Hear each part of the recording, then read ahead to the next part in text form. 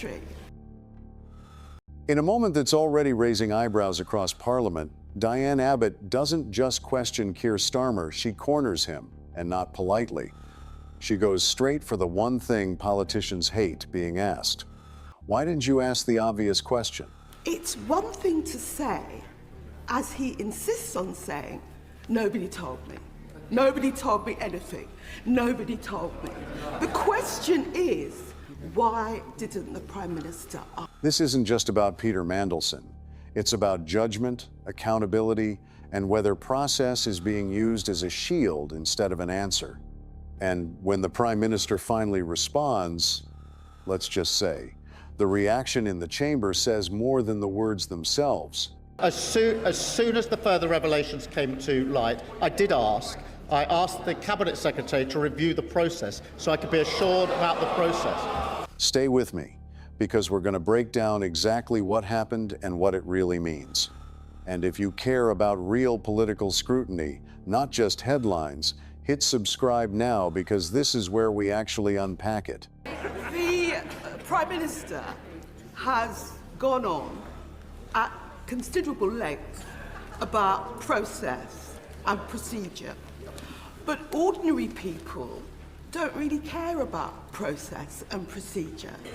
They want transparency, and they want to know that they can have confidence in the words of elected politicians, like all of us in this chamber.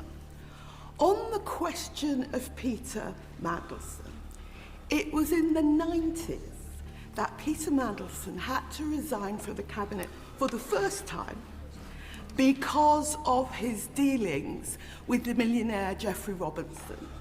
It was a few years later he had to resign from the Cabinet for the second time because of his relationships with the billionaire Hinduja family. Peter Mandelson has a history. Peter Mandelson has a history. And what this House wants to know is why, knowing Peter Mandelson's history, going back now 30 years, and given what has been known, it's one thing to say, as he insists on saying, nobody told me. Nobody told me anything. Nobody told me. The question is, why didn't the Prime Minister ask?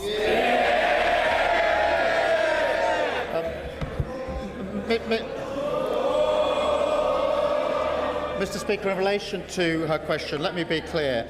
I should not have appointed Peter Mandelson.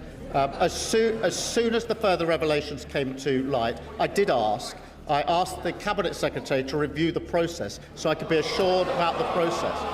He wrote to me on the 16th of September, setting out the conclusions of that review and assuring me the process had been followed properly. If you found that breakdown useful, make sure to like the video. It genuinely helps push this kind of analysis further. Subscribe for more sharp, no-nonsense coverage of UK politics, and share this with someone who thinks Westminster questions don't matter.